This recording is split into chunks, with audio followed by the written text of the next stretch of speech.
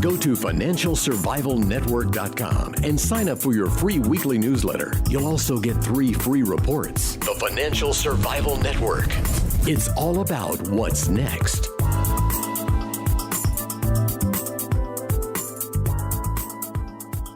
Hey, it's Kerry Lutz on financialsurvivalnetwork.com. Just wanted to talk to you about the upcoming webinar. First, we're brought to you by Cloud Hard Assets, Gold, Silver, Diamonds.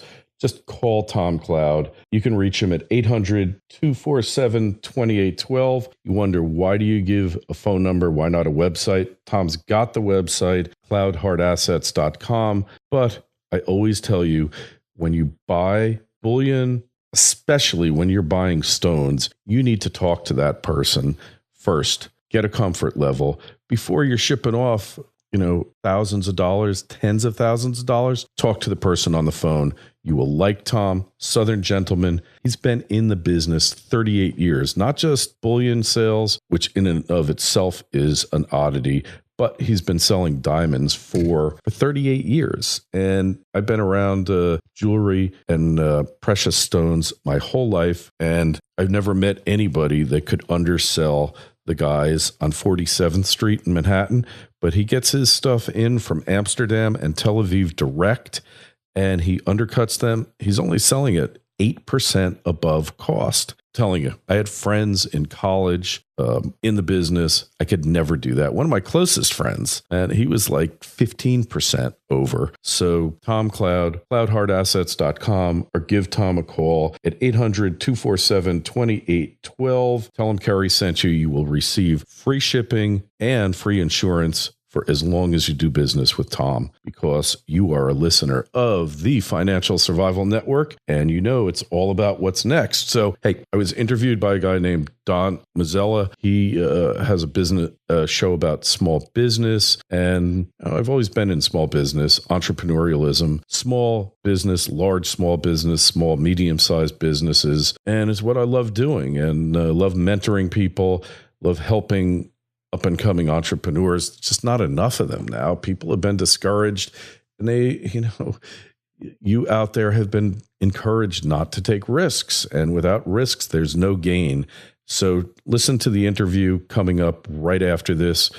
Sound quality could be better. He's on Blog Talk Radio. Sorry about that. And Blog Talk is good, but audio quality sometimes is lacking. Anyway, Don's a great guy, and we talk about the Cuban embargo being lifted. I'm totally in favor of it. All those 1950s vintage cars, there's going to be a lot of wealthy Cubans. There's like a few thousand of them there. I love to see Chip Foose grab up those cars and really make them into something special. It's going to be great.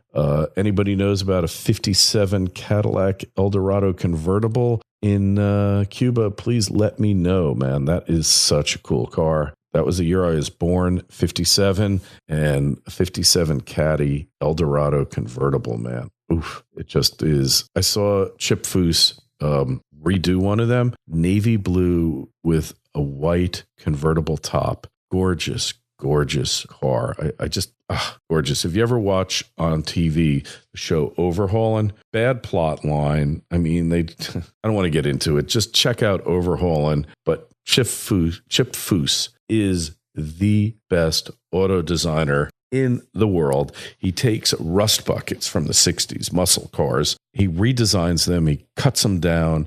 He turns them, he chops them up. They do metal work with these hand metal saws, rotating hand metal saws, and they cut out all the rust. And then they do paint jobs that are probably $100,000 paint jobs. And he reformats the bumpers and the fenders, and then they replace basically all of the brake components and the front end and the rear end and the steering to make them steer like Ferraris. And they've got, disc brakes they're like Brembo disc brakes, like the best braking brakes you can get, with MagnaFlow exhaust systems and just phenomenal front ends. So these cars drive like better than a brand new. Like, they took a 68 Camaro and they made it into better than the new Camaros. And then he has this eye for design, and he says, this is the way the car should have been designed. But, they can't design these cars the way Chip Foose does, because each car will wind up costing about 3 times more. There's no way they could make money on it. And he's done custom designs for these companies, for Ford and the General, and I think Chrysler as well. And he's just a genius. And then he does airbrush renderings of the cars before they're built. And it's just the most incredible thing to watch. I love watching the show. Highly recommend it. It's on the Velocity channel. There's just a few shows on the Velocity channel that I really get off on. I love that show, Wheeler Dealers. Even though it's a stupid show, I like it. Hey, what about the other show, Top Gear? I mean, those guys are just the funniest. When they have to make like cars amphibious and then cross the English Channel in the middle of December, you just don't do that. You can't turn a Ford Fiesta into an amphibious vehicle and expect to not sink. But, the Brits have a little bit of a witty sense of humor at times. So, those are my favorite car shows. You should check them out if you haven't. Oh, by the way, so the webinar, okay, David Morgan, he's going to be prognosticating on precious metals, the economy, where we're headed. And that David Morgan, you heard him on the show umpteen times. He's a personal friend, really close personal friend. We've gotten to know each other quite well over the years, really generous with his time. So we've got over 500 people signed up now. I don't know how many more we can accommodate on the webinar. So you need to sign up now. If you're going to sign up, go over to the website, click the icon, the graphic. It's in the upper left-hand corner, and follow the link and just sign up. And, we're limited how many people. So you'll get a confirmation. If you don't click the confirmation and we max out, then you won't be in the webinar, and you'll be able to ask him questions. Knowing him, we got it scheduled for an hour and a half, but he always stays over. But we're going to try to cut it for an hour and a half, and that'll be that. So, especially now, I've seen the traffic on the website go up like you just can't believe, because what's going on in Russia, what's going on in the rest of the world is just incredible. And it's kind of going out the way Martin Armstrong said. I don't know that he's necessarily going to be right on gold, that it's going down to 800 or 1,000. I don't believe that, really. But, I do believe that flight capital, those Russian oligarchs, where are they putting their money? Huh? Where are they going to put it? That's what I want to know. They're shipping it over here. I know, I've seen it, flight capital. They've known this is happening for years. Was it a result of a conspiracy between the U.S. and Saudi Arabia? Sure. To some extent, I believe it. But to some extent, this was going to happen anyway, because Danielle Park nailed this years ago before it even happened. She said commodities were going to deflate. Commodities were going to go down in price. And unlike the CPI trying to measure that and say, the price of iPhones went down, so therefore, because the price of iPhones went down, we have deflation. No. When the price of commodities goes down, that's true deflation, because those commodities go into everything. Okay. And the CPI, to some extent, will follow it. But the commodities can reflate so quickly, you won't even believe it. And that deflation could be gone really, really quickly. And Martin Armstrong says the global economy is highly complex. It's truly like a rainforest where everything depends upon everything else around it. Everything is connected. Hidden order is masked by chaos. But sometimes I think, that hidden chaos is masked by order. I think that chaos sometimes is the natural order of things. that it's meant to be. And you know what? If we just assume that the price of oil was manipulated and forced to go down, forced to lose 45% of its value. Let's look at the winners and losers here. Now, like, screw the American consumer. So what? You can go buy big SUVs now and not worry about the price of oil. Right. Great. Okay. That's wonderful for you. He's not the big winner. China manufacturing, for sure, big winner there, because price of oil goes down. Good for the Chinese consumers. They're cash consumers, definitely. What it really is, though, is that the West is a big winner because it drives a wedge between Putin and China.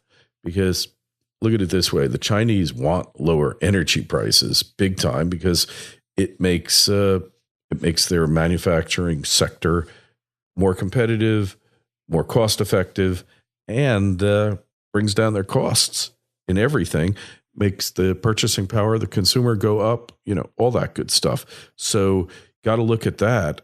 And the Russians are puking from the lower energy prices. So when we look at these things together, that the interests of China and Russia have diverged.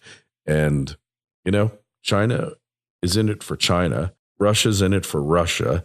And now that these energy prices have gone down, I don't think that they're such, they're so fast and tight right now. And that's what's really going on here. Anyway, just something to consider. So my producer, Melissa, away for a couple of days on someone in the family who passed away. So forgive the quality of the recordings. I'm doing it myself again, and it's been a while, and I just haven't. So, but we're having a lot of fun, doing the best I can. And please send me emails, send me complaints. We love complaints. Really, I like complaints more than compliments. So, however you feel, send it to me. But sign up for the webinar if you're interested. Hey, and by the way, top 3 accomplishments of the Obama administration, in my opinion. Number 1, is lifting the ban on in-flight from takeoff to landing of electronic devices, of music devices. Major inconvenience for travelers. I thought that was the best thing that the administration did. Number 2, the advent of TSA Clear, pre-clear, so that if you go and you get grilled by some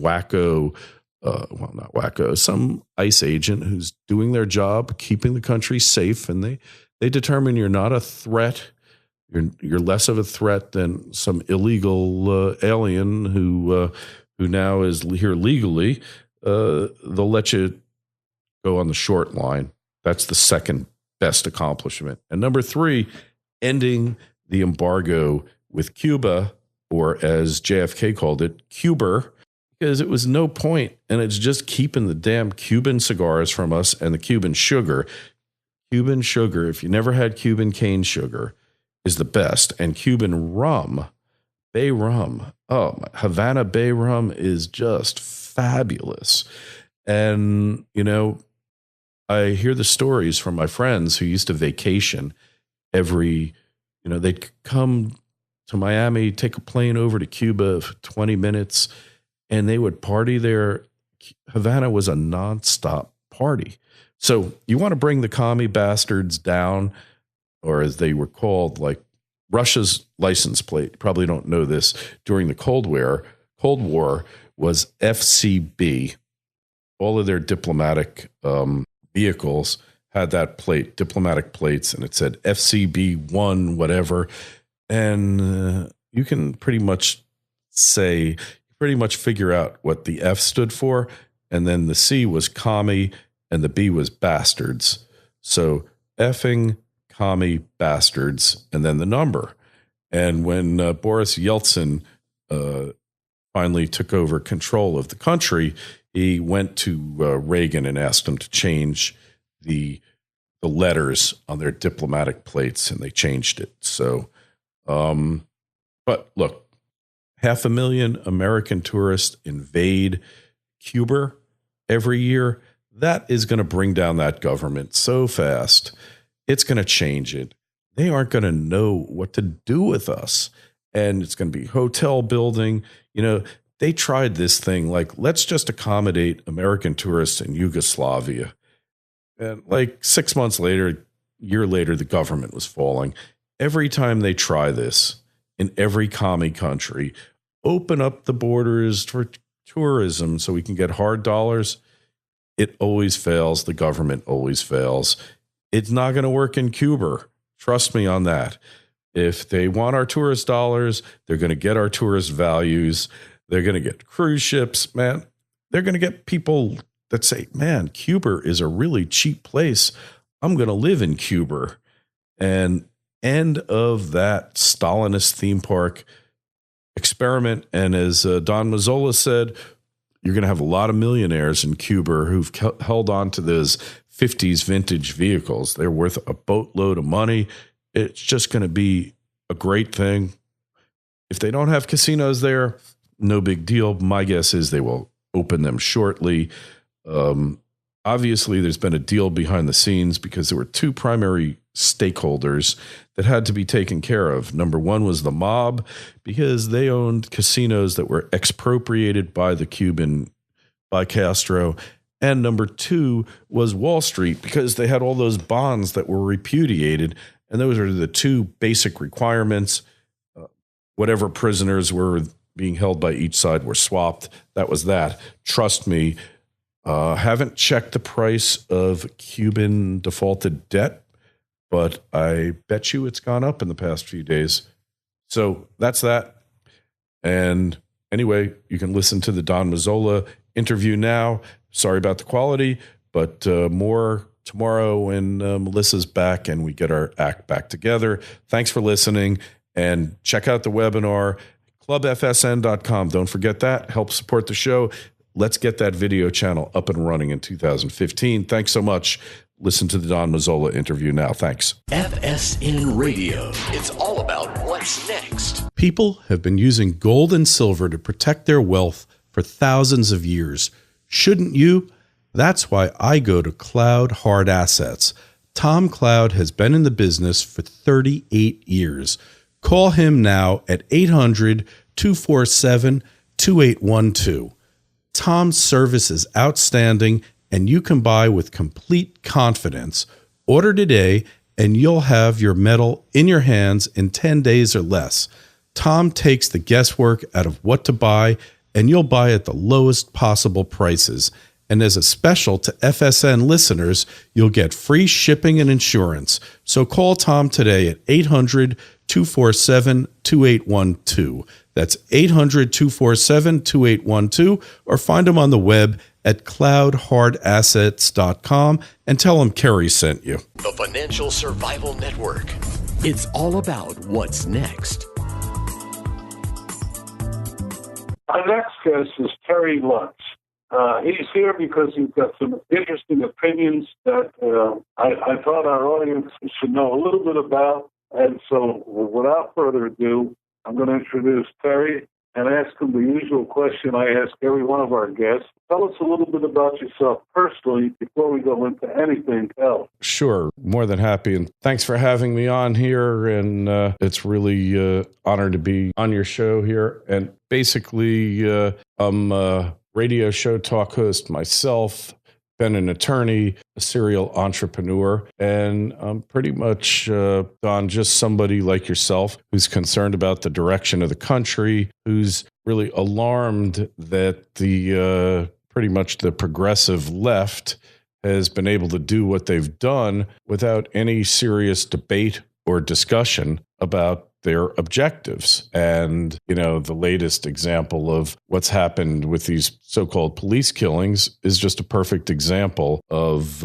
of how the country has gone down this path to what probably is chaos and destruction without a serious debate and without any serious understanding of what exactly is going on. Well, this is our first program in 2015, and certainly 2014 was very interesting. What do you see happening based on all this as we enter the new year? Yeah, well, it's interesting. I think the Republicans taking over the Senate and the House, if they don't use their power to confront the president at every opportunity, it will be power that's more or less useless. If they're just going to join him at the table and allow him to circumvent the Constitution, which is what presidents have been doing for the past 50 years in one form or another, then what was the point of the whole endeavor? We're just going to get more of the same. And I don't see them defunding Obamacare. I think what the president says is true, that it is the law of the land, that nobody is stepping up to the plate, and, they're not going to do it. And, okay, so the reason they were elected in 2010 and why the House turned Republican was to get rid of Obamacare, and they did absolutely nothing